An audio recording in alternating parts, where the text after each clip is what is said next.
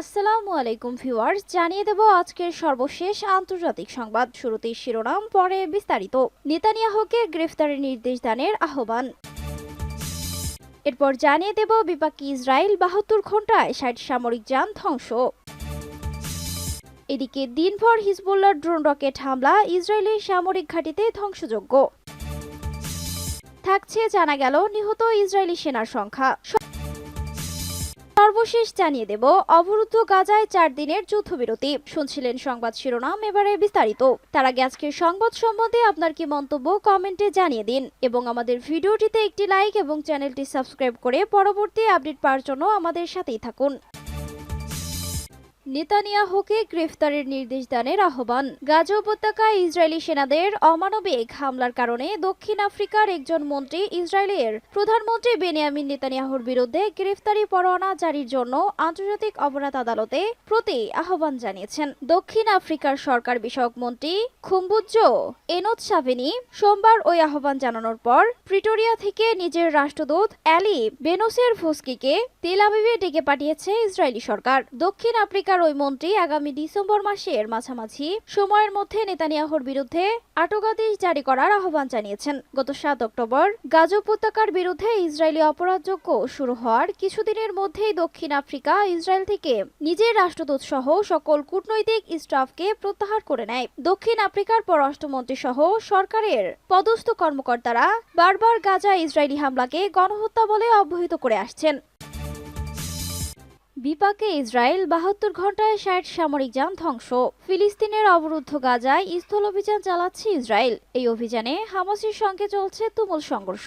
এতে বেশি সুবিধা করতে পারছে না ইসরায়েল। হামাসের সামরিক শাখা আল কাসাম ব্রিগেড জানিয়েছে স্থল অভিযানের সময় গত ৭২ ঘন্টায় ইসরায়েলের ৬০টি সামরিক যান ধ্বংস করেছেন তারা। সোমবার এক ভিডিও রেকর্ড করা বার্তায় আল কাসাম ব্রিগেডের মুখপাত্র আবু ওবায়দা এসব কথা বলেন। তিনি বলেন, টার্গেট করা ইসরায়েলি সামরিক যানগুলোকে ধ্বংসের জন্য গত ৩ দিনে ১০টি সেনাবাহী যান হামলায় অন্তর্ভুক্ত ছিল।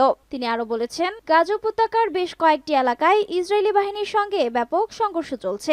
ইসরায়েলি গণমাধ্যমের তথ্য মতে গত ২৭ অক্টোবর গাজায় ইসরায়েলি স্থল অভিযান শুরুর পর থেকে অন্তত ৬৬ ইসরায়েলি সেনা নিহত হয়েছে।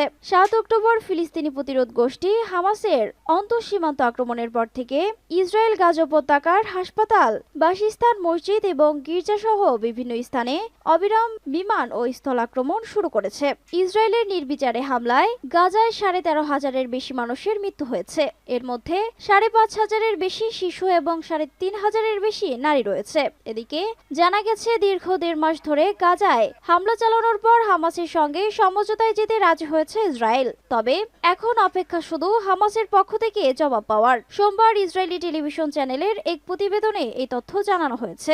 এতে বলা হয়েছে, হামাসের হাতে থাকা জিম্মিদের মুক্ত করতে এই সমঝোতায় আসতে আগ্রহী ইসরায়েল। ইসরায়েলি চ্যানেলটির বরাত দিয়ে আনাদোলু জানিয়েছে, হামাস যদি তাদের থাকা জিম্মিদের মুক্তি দেয় তাহলে ইসরায়েলের বিভিন্ন কারাগারে বন্দী ফিলিস্তিনদেরও ছেড়ে দেবে তারা। দিনভর হিজবুল্লাহর ড্রোন রকেট হামলা ইসরায়েলের সামরিক ঘাঁটিতে ধ্বংসযজ্ঞ। ইসরায়েলের অতর্কিত হামলার পর বেশ কিছু রকেট ও মর্টার ছুড়ে জবাব দেয় হিজবুল্লাহ। এসব হামলায় কেউ হতাহত না হলেও বিরানিত ঘাঁটি ব্যাপক ক্ষতির শিকার হয়। ভিডিও ফুটেজ থেকে বিষয়টি সম্পর্কে নিশ্চিত হয়েছে টাইমস অফ ইসরায়েল। গাজা ইসরায়েলের হামাস সংঘাত শুরুর পর হামাসের সঙ্গে একাত্মতা প্রকাশ করে লেবাননের সশস্ত্র সংগঠন হিজবুল্লাহ। হিজবুল্লাহ বাহিনী সাম্প্রতিক এক হামলায় ইসরায়েলের উত্তর অঞ্চলের বিরানিত সেনা ঘাঁটি বড় আকারে ক্ষতিগ্রস্ত হয়েছে। সোমবার এই তথ্য জানিয়েছে টাইমস অফ ইসরায়েল। ইসরায়েলের প্রতিরক্ষা বাহিনী সোমবার দক্ষিণ লেবাননে কামানের গোলা ছুড়ে হামলার সূত্রপাত ঘটায়। তবে আইডিএফ দাবি করেছে তারা হিজবুল্লাহ বাহিনীকে এগিয়ে আসতে দেখে তা প্রতিহত করার জন্য এই হামলা চালায়। জানা গেল নিহত ইসরায়েলি সেনার সংখ্যা। ফিলিস্তিনের গাজা উপত্যকায় আমাদের সঙ্গে চলমান যুদ্ধে নিহত ইসরায়েলি সৈন্য সংখ্যা জানা গেছে। এ পর্যন্ত যুদ্ধে ৬৮ জন ইসরায়েলি সেনা নিহত হয়েছেন বলে ইসরায়েলি প্রতিরক্ষা বাহিনী আইডিএফ এর এক বিজ্ঞপ্তিতে জানানো হয়েছে। টাইমস অফ ইসরায়েল জানায়, সর্বশেষ নিহত ২ সেনার নাম প্রকাশ করেছে আইডিএফ। তারা হলেন ক্যাপ্টেন আর্নন আব্রাহাম এবং স্টাফ সার্জেন্ট ইলিয়াস সেনকিন। গাজা উপত্যকায় হামাসের সামরিক শাখা আল কাসাম ব্রিগেডের ইসরায়েলের সঙ্গে যুদ্ধে তারা নিহত হন। একই দিন স্থল অভিযানে 2-5 সেনা গুরুতর আহত হয় বলেও জানায় আইডিএফ। 44তম দিনে গড়িয়েছে ফিলিস্তিন ইসরায়েলের যুদ্ধ। হামাসকে নির্মূল করার নামে তারা গাজায় স্থল অভিযানও শুরু করেছে। ইসরায়েলের এ হামলায় ফিলিস্তিনের নিহতের সংখ্যা 13,000 ছাড়িয়েছে বলে জানিয়েছে স্বাস্থ্য মন্ত্রণালয়। টাইমস অফ ইসরায়েলের এক প্রতিবেদনে এ তথ্য জানানো হয়েছে। গাজার স্বাস্থ্য মন্ত্রণালয় জানিয়েছে, ইসরায়েল ও হামাসের সঙ্গে যুদ্ধে নিহতের সংখ্যা 13,000 অতিক্রম করেছে। এছাড়া আহতের সংখ্যা 30,000 ছাড়িয়েছে। মন্ত্রণালয় জানিয়েছে, নিহতের মধ্যে 5,500 শিশু ও 3,500 নারী রয়েছেন। অন্যদিকে ইসরায়েল জানিয়েছে, যুদ্ধ চলাকালে তাদের 1,200 লোক নিহত হয়েছে। যদিও শুরুতে তারা নিহতের সংখ্যা 1,400 জানালেও পরে তা কমিয়ে 1,200 জানায়। এছাড়া এ যুদ্ধে 2 শতাধিক ইসরায়েলিকে জিম্মি করেছে ফিলিস্তিন।